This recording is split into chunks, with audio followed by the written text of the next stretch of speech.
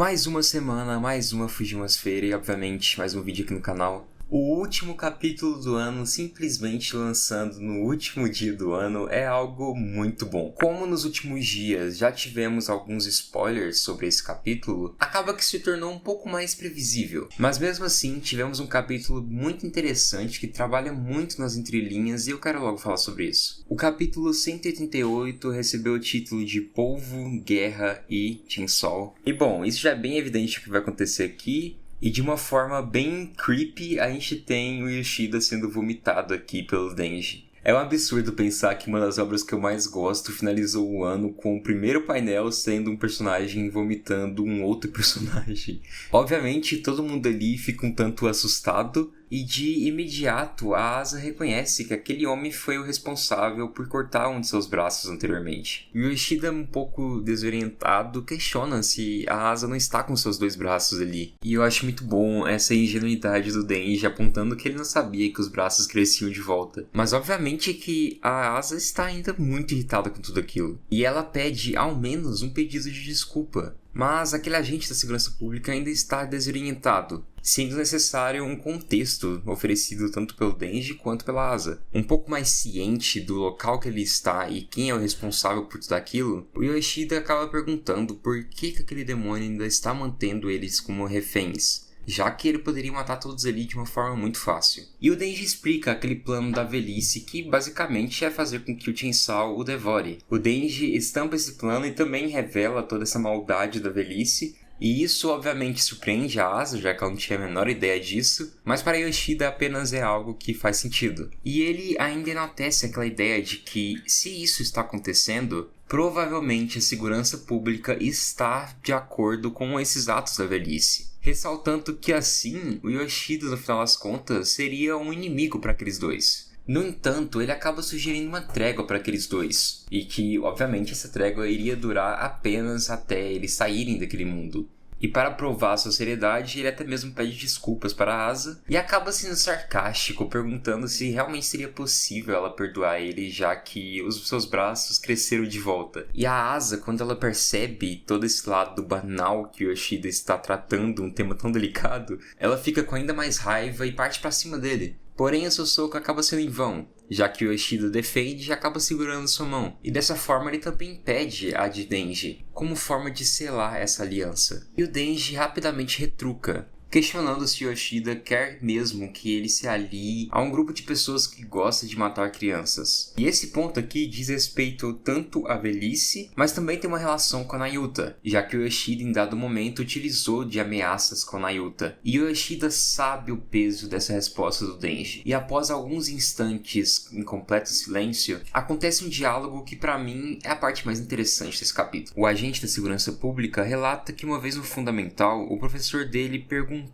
o que deveria ser feito ao encontrar um urso. E a resposta é simples. Ambos devem se esforçar para voltar para seus locais de origem. Dessa forma, se você encontra um urso em uma floresta, você precisa sair dela. Mas, se você encontrar ele em uma cidade, é você quem precisa tirar ele daquele local. Assim, agir de forma hostil não iria auxiliar nem o urso, nem a pessoa. Apenas iria aumentar o número de mortos e também de desastres. E o Yoshida complementa a história dizendo que na época ele achava que estava dando muita confiança para aquele urso. Porém, neste momento, aquilo poderia ser aplicado a eles. E bom, obviamente toda essa analogia faz total sentido para aquele contexto de todos os personagens ali. Realmente eles não estão no ambiente deles e tentar sempre agir na reação, na violência, vai trazer mais caos. Até porque nenhum deles estão em seus habitats naturais. Mas o mais interessante disso tudo é quando percebemos que essa analogia de certo modo se enquadra em tudo que o Yoshida fez com o Denji durante essa parte 2. O Yoshida precisava afastar o Denji do Chainsaw. Julgou uma normalidade como um habitat natural para Denji, como algo que ele sempre sonhou. Porém, de certo modo, ele acabou contradizendo tudo que seu professor explicou no ensino fundamental. Já que sim, ele acabou sendo hostil com o Denji. Ameaçar Nayuta de morte era uma cartada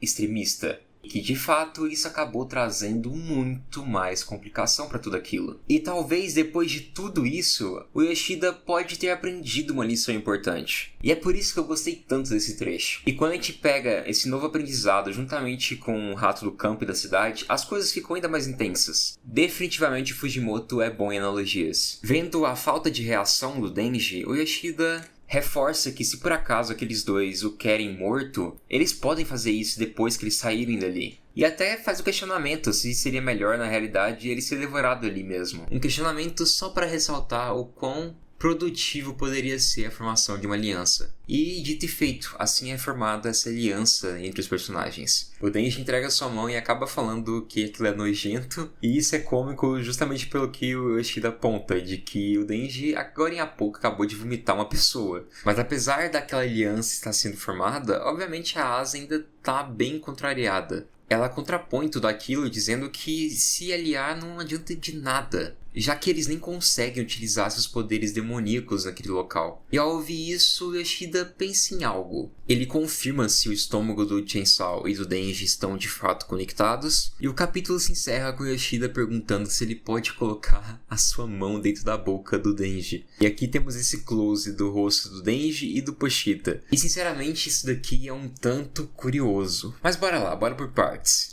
Eu sinto que esse capítulo acabou reforçando muito bem todos os subtextos do Yoshida. O mais evidente aqui é o fato de que esse personagem possui uma gerência muito grande. Ele consegue reagir de forma muito elástica a inúmeros tipos de adversidades. E em muitos momentos conseguindo fazer tudo aquilo ao mesmo tempo. O que apenas reforça o fato desse personagem ter um contrato com o demônio do polvo. Não é que esse personagem possui um controle absoluto igual a Makima. Na realidade é o que eu falei, ele consegue reagir bem às adversidades. E quando a gente para pensar nesse ponto, faz muito sentido o Pochita querer trazer de volta o Yoshida, já que o mesmo poderia ser uma base forte para resolver tudo aquilo. E um ponto importante para percebermos o quanto que ele consegue se dar bem a tudo isso, é só repararmos que ele conseguiu juntar Denji e Asa. Quando foi necessário, ele conseguiu afastar ambos. E agora, mais uma vez, de forma rápida, ele acabou unindo todo mundo de novo. Então, de certo modo, esse capítulo estampa de uma forma bem explícita tudo isso.